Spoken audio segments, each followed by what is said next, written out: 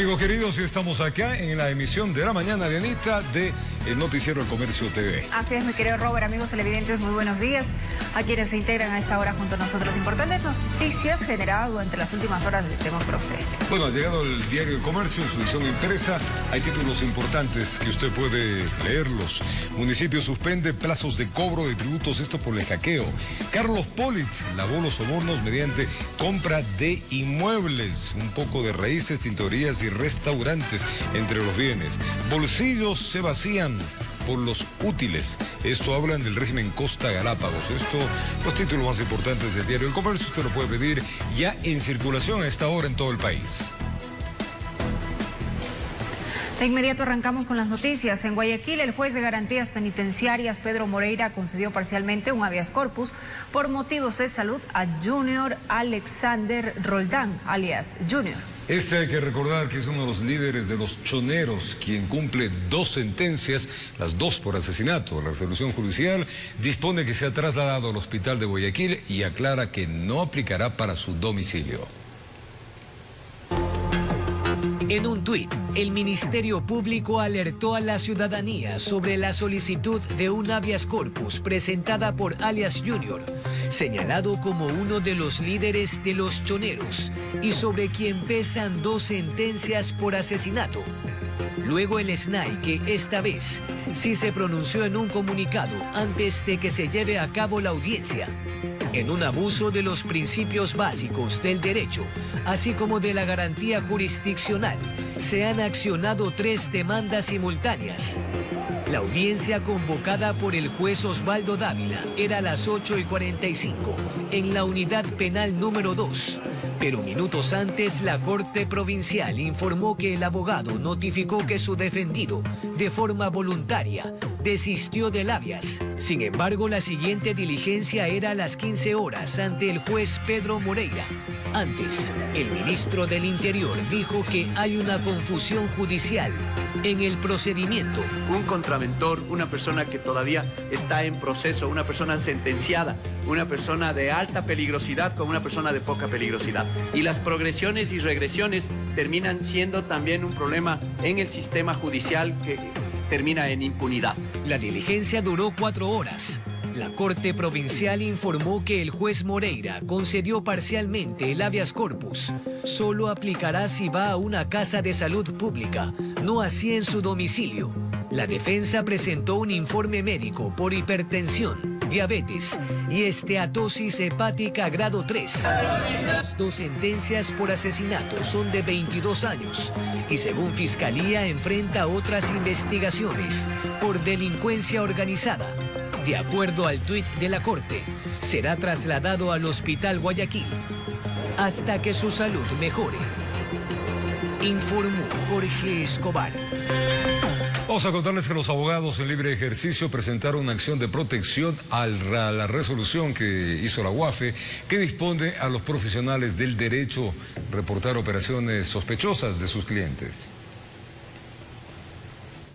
El argumento de varios juristas para que se suprima la resolución de la Unidad de Análisis Financiero y Económico para entregar información de operaciones crediticias de sus clientes es que con ello se estaría violando principios constitucionales que tienen los profesionales del derecho. Nosotros lo que pedimos en la acción de protección es que se dé de baja la resolución, que se declare la vulneración de derechos. Según expresaron los abogados reunidos en la rueda de prensa, ellos como profesionales no son los entes encargados de remitir lo que solicita la UAFE. Ni la Constitución ni las leyes nos obligan a los abogados a ser delatores de los clientes. Además que esta resolución es un poco desatinada porque habla de profesionales del derecho y abogados. Bueno, yo me pregunto, ¿quiénes más, aparte de los abogados, son profesionales del derecho? Además, se expresa que existirían contradicciones en la resolución del 8 de abril pasado, situación que se explica necesariamente esté en contra de la ley. Pongámonos a pensar qué es lo que ocurriría si es que un abogado delata a su cliente mientras está en el mismo proceso que tendría que ser abogado y al mismo tiempo testigo, delator. Se confunden los roles. De ahí que indican que uno de los principios es el sigilo por parte de las defensas jurídicas. La UAFE no puede pedir un aparataje administrativo como es el oficial de cumplimiento para que reporten estas operaciones inusuales cuando ya el sistema financiero está diseñado para eso. Por otra parte, manifestaron que incluso el entregar información delicada de un cliente podría ser sancionado con pena privativa de libertad de 6 meses, según lo señala el Código Orgánico Integral Penal. Informó Javier Rosero. Iván Saquicela, presidente de la Corte Nacional de Justicia, no ha tenido respuesta alguna sobre la invitación efectuada con el carácter de urgente a Lili Lozada, titular de la Corte Constitucional, esto justamente para abordar el supuesto mal uso de habeas corpus y acción de protección. El primer paso lo dio la Corte Nacional de Justicia al invitar a su similar, la Constitucional, a una reunión con el carácter de urgente para analizar el supuesto uso excesivo de los recursos de habeas corpus y acción de protección, preocupación que saltó a la palestra judicial tras los beneficios otorgados al ex vicepresidente Jorge Glass. Vale la pena hacer una pausa y dialogar y revisar cómo estos instrumentos o instituciones jurídicas, qué papel están cumpliendo en el país. Tenemos que corregirlos, tenemos que reformarlos. Iván Saquicela, presidente de la Corte Nacional, efectuó el pedido con base a la existencia de un convenio marco de cooperación interinstitucional firmado en el 2021, cuya finalidad principal es intercambiar criterios sobre el sistema de justicia. La Corte podría, en sus atribuciones, escoger una sentencia que justamente contenga puntos jurídicos relevantes para que pueda sentar una jurisprudencia. En estricto sentido, la Corte Nacional no tiene atribución en esta materia, porque es materia constitucional. Por eso, respetuosos de las atribuciones de la Corte, lo que hacemos es un pedido. El constitucionalista Aldrin Gómez no ve mayor resultados de este posible encuentro que por el momento ronda en el aire. Las cortes en este caso se legitiman por sus decisiones y es ahí donde tienen que solucionar los problemas, no con estos acercamientos protocolarios que yo me atrevo a decirles no sirven de nada. Al contrario, es partidario que se aplique mano dura. Una corte tiene que ser también valiente y echar mano de los mecanismos jurídicos establecidos. Entonces, obviamente, si los jueces ven que no tienen ninguna repercusión cuando actúan irregularmente en conocimiento de garantías jurisdiccionales, obviamente lo van a seguir haciendo. Además, dejando sentados los puntos sobre las IES. Es un despelote total el tema de las reglas que se debe seguir cuando se sustancian garantías jurisdiccionales. Entonces, claro, ¿qué es lo que tiene que hacer la Corte? Primero, poner en orden esta situación. Este es el camino a seguir cuando se sustancian garantías jurisdiccionales. Normar a través de jurisprudencia. La invitación al encuentro fue efectuada el pasado 12 de este mes. Sin embargo, hasta la fecha, no existe pronunciamiento de la Corte Constitucional. Informó Héctor Romero.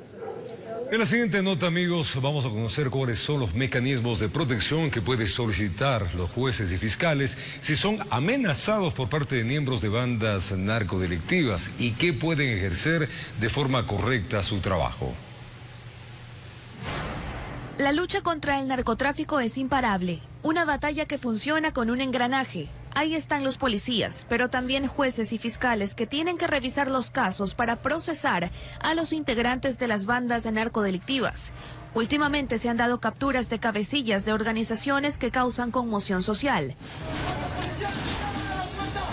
Pero ¿están los operadores de justicia protegidos para que su accionar sea el debido?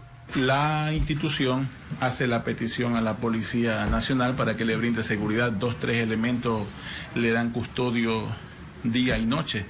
Pero eso es un tiempo corto mientras dure la investigación de ese proceso. Desde la Fiscalía Provincial señalan que sí, se ha solicitado ayuda en ese sentido. La lucha es desigual aquí y eso es otra petición que se ha hecho a nivel institucional para que se atienda que se le brinde seguridad a los operadores de justicia. Pero hasta la presente fecha no hay nada al respecto.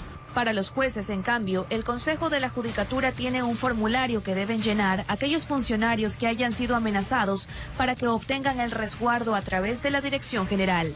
En buena hora, creo que todas las provincias del Consejo de la Judicatura tienen una relación, digamos que cordial y a veces en buena hora estrecha, con representantes de la Policía Nacional. Y sobre las denuncias que han tenido conocimiento en la Judicatura del Guayas en los últimos meses. En las mesas de trabajo, yo creo que en los últimos 6 meses, tal vez unas 2, 3 veces, desde mi dirección, de lo que yo he podido ver, no más. Sin embargo, la directora del organismo apunta que el problema no radica en los jueces, sino... ¿Cuál es nuestro problema? ¿El narco? ¿Cuál es la solución para el narcotráfico? ¿Cuál es la solución para el crimen organizado? ¿Cuál es? No serán los jueces, pues. Si tuviéramos armas legales, judiciales, de rehabilitación, de sistemas penitenciarios de alto nivel, casi perfectas, pudiéramos tal vez, solo tal vez, luchar contra eso. Informó Adriana Peralta. Y más críticas que apoyo recibe el informe de la Comisión de Pacificación y Diálogo Penitenciario, que durante 3 meses desplegó su trabajo en los centros carcelarios a nivel nacional. Un ex subsecretario de Rehabilitación y un ex jefe de inteligencia cuestionan que no se haya revelado nada nuevo. Quizás con bombos y platillos se anunció la conformación de la Comisión de Pacificación y Diálogo Penitenciario, cuyo trabajo arrancó el pasado 16 de diciembre y este martes entregó un informe de su labor hasta el 11 de marzo, pero su contenido dejaría más inquietudes que respuestas. Uno de los datos preocupantes es de lo que nos hablan del 10% de funcionarios que serían corruptos, los que estarían suscitados en hechos de corrupción. Lógicamente ellos no tienen datos exactos de cuáles son, no tienen nombres, y es ahí donde se tiene que hacer un llamado justamente a Fiscalía para que intervenga y haga una investigación adecuada. A Fabián Rosas, ex subsecretario de Rehabilitación Social, se suma Mario Pazmiño, ex jefe de inteligencia del Ejército Ecuatoriano, con sus propias críticas. No hay una evidencia concreta de lo que se está afirmando. Es mera retórica. El decir que existe corrupción, todos sabíamos que existe corrupción allá. El decir que la administración de los centros carcelarios, los guías penitenciarios, están inmersos en ese proceso de corrupción, todos lo sabíamos. Que el primer filtro en el cual está la Policía Nacional, pues también había sido contaminado, también lo conocíamos. Los expertos insisten en las sugerencias que desde hace mucho tiempo atrás han venido dando al régimen, sin supuestamente ser escuchados. Que el Estado vuelva a retomar el control dentro de las cárceles. Sería sumamente importante que se dé el primer paso tomando el control. No puede ser justo que dentro de una cárcel recién abierta, como es La Roca en Guayaquil, donde hay 5 detenidos, ya existan más de 6 teléfonos y 3 armas de fuego. Lógicamente se demuestra que el Estado todavía no tiene el control de las cárceles. ¿La comisión iba a solucionar problemas? No, señores. Lo que hemos hecho al momento, y que tampoco el Estado entiende, es que hemos dado tiempo al crimen organizado, a la delincuencia común, para equiparse mejor, para armarse mejor, para tomar mejor control, para reclutar mejores colaboradores.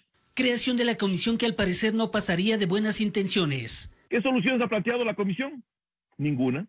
Aparentemente quedó debiendo, informó Héctor Romero. Y al retornar el ministro. Pues gracias por acompañarnos. Vamos a contarles ahora que el ministro de Gobierno, Francisco Jiménez, convocó a los jefes de la bancada en la Asamblea Nacional para una reunión este día a las 10 de la mañana. El objetivo, dice, es buscar consensos entre el Ejecutivo y también el Legislativo.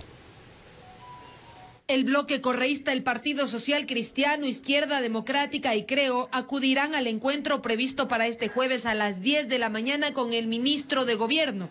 Entre los temas que se tratarán está la situación de la presidenta de la Asamblea. Vamos a plantear al gobierno es pedirle que deje de apoyar a la presidenta Guadalupe Llori. Los únicos que no asistirán son Pachacutic. Nos reunimos la bancada con nuestros dirigentes nacionales.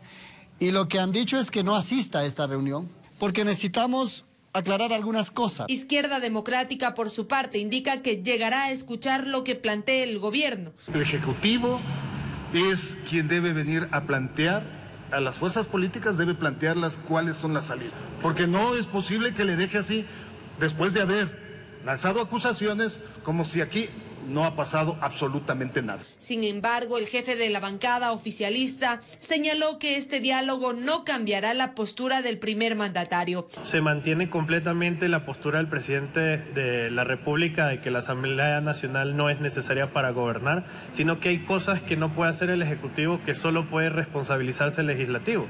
En función de ellos, lo que tiene que ver las leyes en materia de seguridad, de generación de empleo, de lo que tiene que ver otros temas, la Asamblea es quien tiene que resolver. Mientras que el Partido Social Cristiano deja los puntos claros. Cuenten con nuestro apoyo en todo aquello que nos comprometimos en campaña, sin nada a cambio.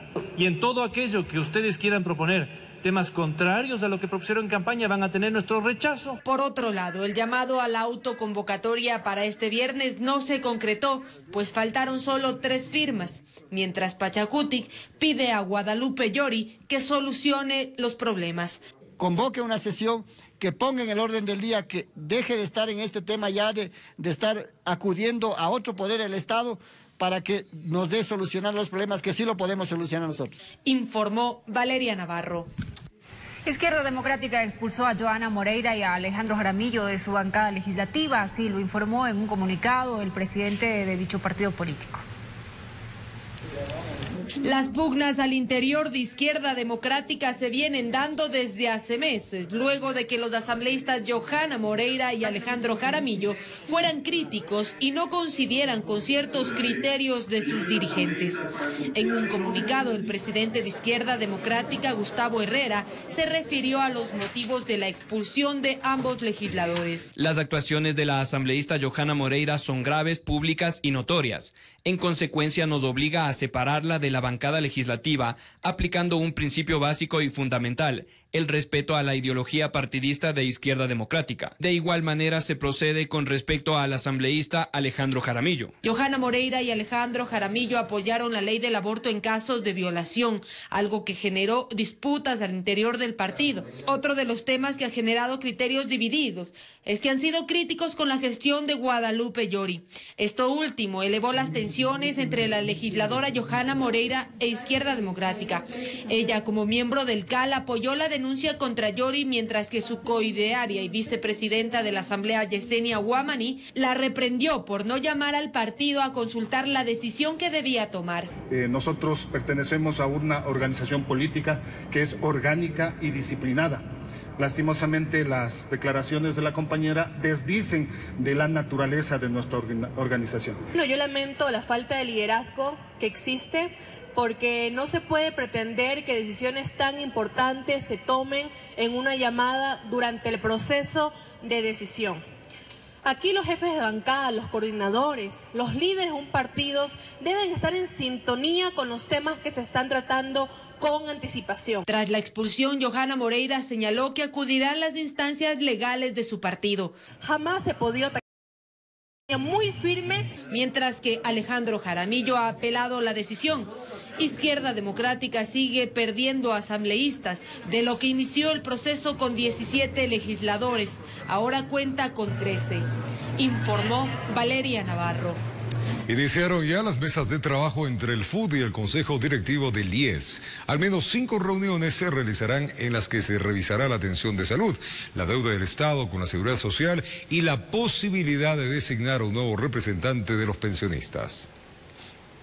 5 puntos se espera abordar en las mesas de trabajo entre los representantes del FUD, otros grupos sindicales y el Consejo Directivo del IES. La gobernabilidad, la atención de salud, la transparencia, el análisis de la jubilación, además de la deuda del Estado con la Seguridad Social, tema en el cual los pensionistas esperan se fije un cronograma de pago. El gobierno ha sostenido que son cerca de 8.000 millones de dólares. Nosotros le hemos señalado que son más de 20.000 millones de dólares que le están adeudando al Instituto Ecuatoriano de Seguridad Social. Los trabajadores aspiran también se convoque a elecciones para designar a un nuevo vocal de los asegurados. Y por eso hemos planteado, conjuntamente con el presidente del Consejo Directivo del IES, con el señor Cepeda, hacer una acción hacia el Consejo Nacional Electoral para que convoque a las partes a elegir el vocal de los afiliados de los asegurados. Para la gobernabilidad del Consejo Directivo del IES tiene que estar constituido por parte de los empleadores, los afiliados y asegurados y también el gobierno. Esta es la primera mesa de trabajo, el segundo encuentro entre el Consejo Directivo del IES y el FUD. La primera reunión la calificaron como preparatoria. Al menos se realizarán 5 diálogos en los que existirá mediación de organismos internacionales. Llegamos a un acuerdo de que el papel de moderador lo haga la Organización Internacional del Trabajo. Las mesas de trabajo se efectuarán cada 15 días en la Caja del Seguro en Quito. Informó Sofía Vintimilla. Y la Federación de Estudiantes Universitarios solicitó celeridad a la Asamblea Nacional para que se debata la reforma a la Ley de Educación Superior. Además, vuelve a discusión la eliminación de la Secretaría de Educación Superior, CENESID. La Comisión de Educación de la Asamblea Nacional dio luz verde al informe para el primer debate de la reforma a la Ley de Educación Superior.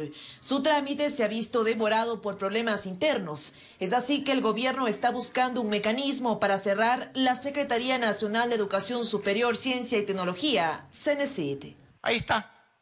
Yo me comprometí con ustedes con eliminar la CENESID, pero no lo puedo hacer por decreto, sino por ley. Y la Asamblea no aprueba esa ley. Ni siquiera le da trámite. Este tema ha sido ampliamente debatido. Cerrar la CENESID fue una de las ofertas de campaña del presidente. Este miércoles la Federación de Estudiantes Universitarios demandó que este ofrecimiento se cumpla y solicitaron celeridad para que en la Asamblea se analice las reformas a la LOES. Le hemos dicho al gobierno nacional que no ha cumplido con sus ofertas de campaña de garantizar libre acceso a la educación superior de los jóvenes bachilleres que deseen ingresar. La CENESID es una entidad del gobierno creada hace 12 años. Su función es garantizar el acceso a la educación superior y ejercer rectoría de política pública para universidades.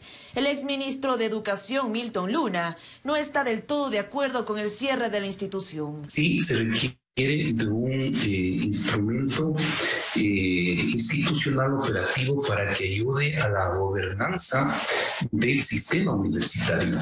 Luna sostiene que es necesario reformar a la Ley de Educación Superior, que se garantice más recursos para las universidades y que se mejore el mecanismo para obtener un cupo en las instituciones. La construcción de conocimiento de ciencia y tecnología y, de hecho, la mejor formación profesional de los ecuatorianos y ecuatorianas en el sistema universitario. Aún en la Asamblea Nacional no se ha definido fecha para tratar esta normativa, informó Priscila Cadena. Vamos a contarles ahora que la Secretaría de Educación Superior, amigos, dio a conocer ya las fechas de la primera postulación para el ingreso a las instituciones de educación superior en el país. Los días son 2 y 3 de mayo.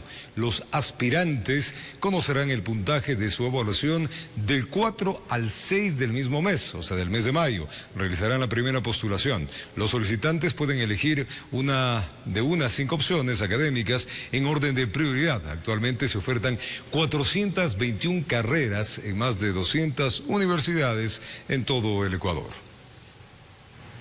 Y con una orden judicial, el ISPOL espera recuperar 4,7 millones de dólares de la gran trama de corrupción que se dio a conocer hace 2 años.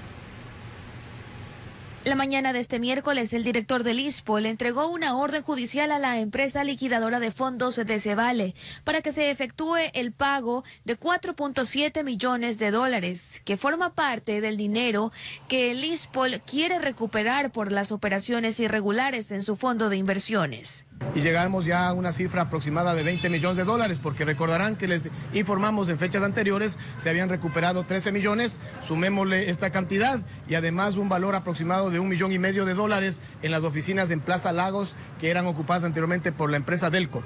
La deuda total calculada es de 950 millones de dólares, pero que de a poco se va recuperando, indican. Y lo interesante es que en los próximos meses estamos pero muy optimistas de que podamos ya recuperar los 240 millones de dólares que están en bonos de deuda interna en el DCB del Banco Central. En Ecuador aún no hay sentenciados por esta presunta trama de corrupción y peculado, pese a que ya han pasado 2 años. Informó Adriana Peralta. Quito sería la tercera ciudad de la región con mayor índice de subempleo, empleo informal, según la CAP. La falta de plazas de trabajo estables y la crisis de la pandemia han hecho que muchas personas vean a las plataformas virtuales como una fuente de empleo informal.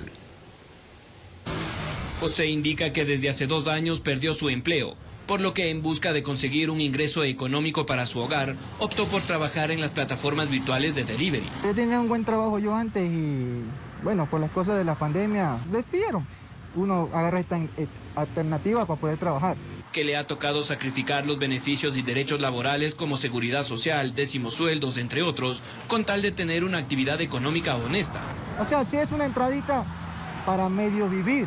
Estudios internacionales de la CAF indican que esta situación se replicaría en varias urbes de la región a causa de la crisis generada por la pandemia del COVID-19, siendo las ciudades más golpeadas la de Panamá, Bogotá y Quito. Las plataformas no mejoran las condiciones de vida de quienes trabajan como socios repartidores, pero que en realidad son trabajadores que no están legalmente reconocidos como tal.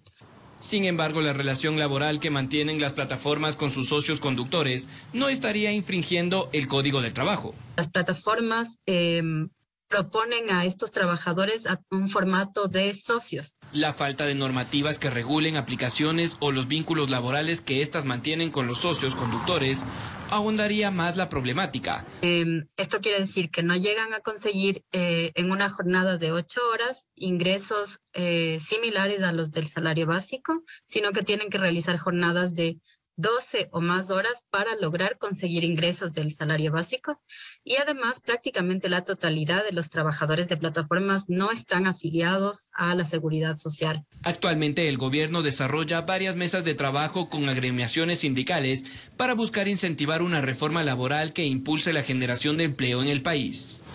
Informó Mauricio Sánchez. Y más adelante 3 ecuatorianos fueron detenidos por...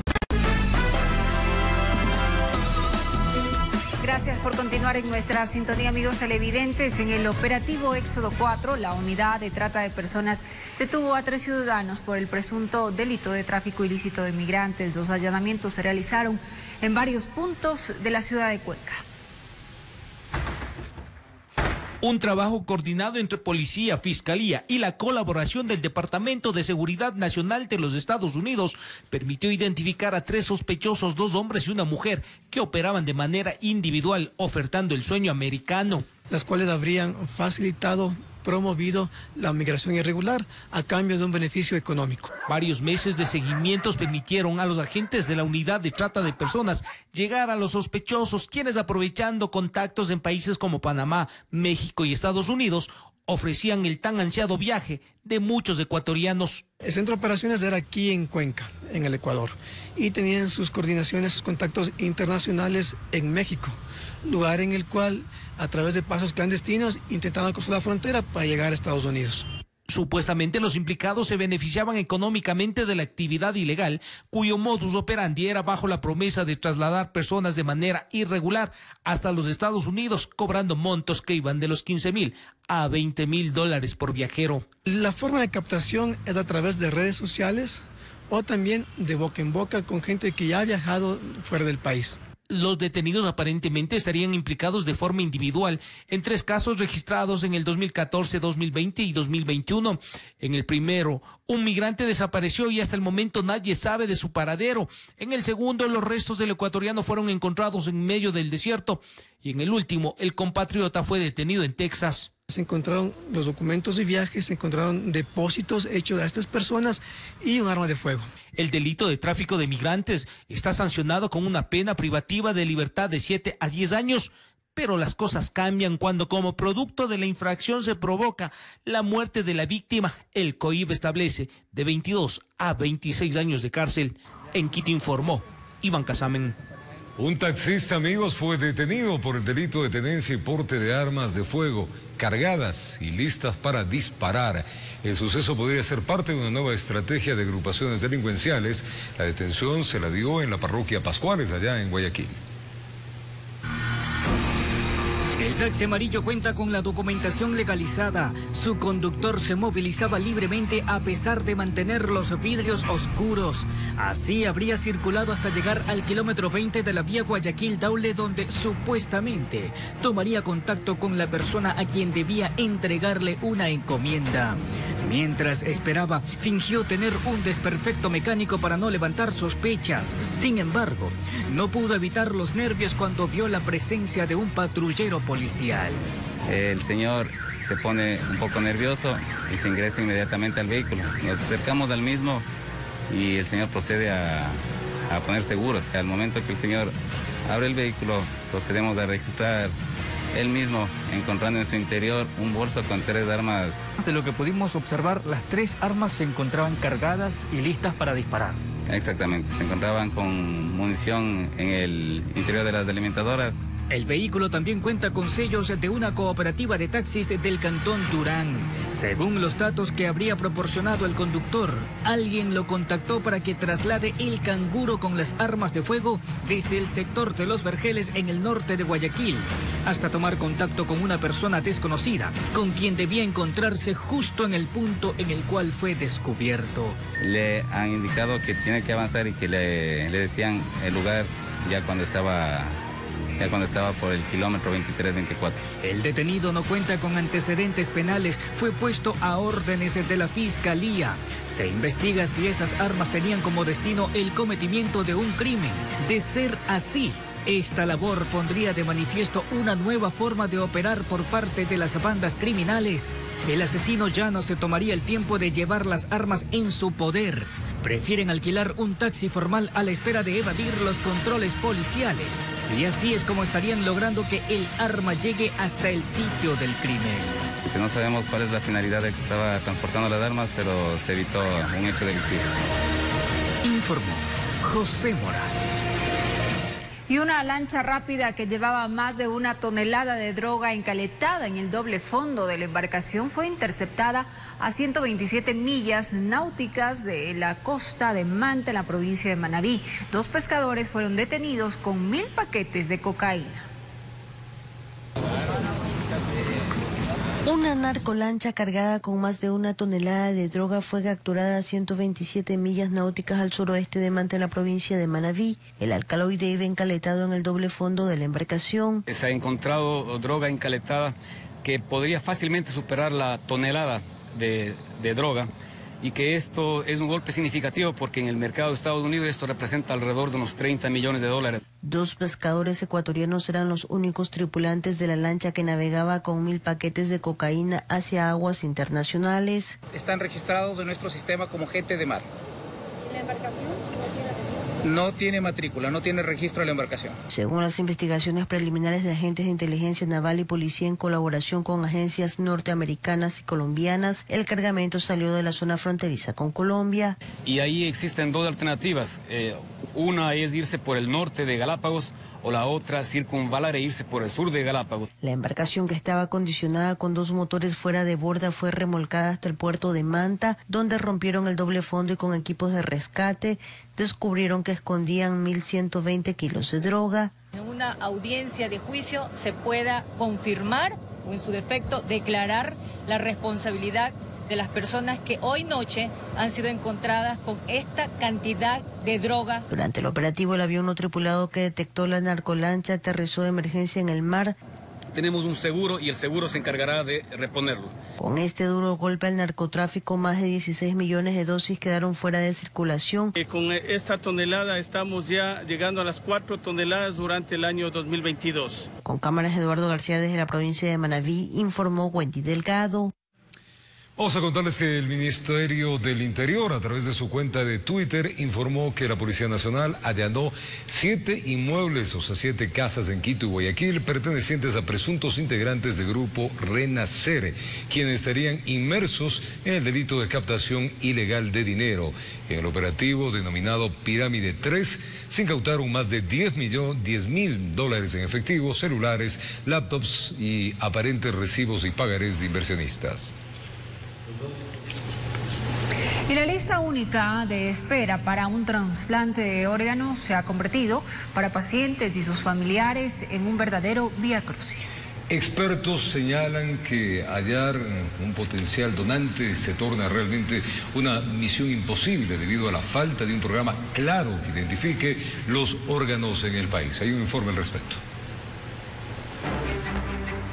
En el 2017 a Arturo Castañeda le detectaron cirrosis hepática. 2 años después tuvo que entrar a una lista de espera para un trasplante de hígado. Desde entonces su vida y la de su familia emprendió un verdadero calvario, por decirlo menos. Es una frustración muy grande, ¿no? estuvimos más de 2 años esperando un trasplante y ya no pudo más. Un sistema burocrático, negligente e indolente, exclama Silverio Sea, de 58 años, a quien le detectaron esta misma enfermedad en el 2010.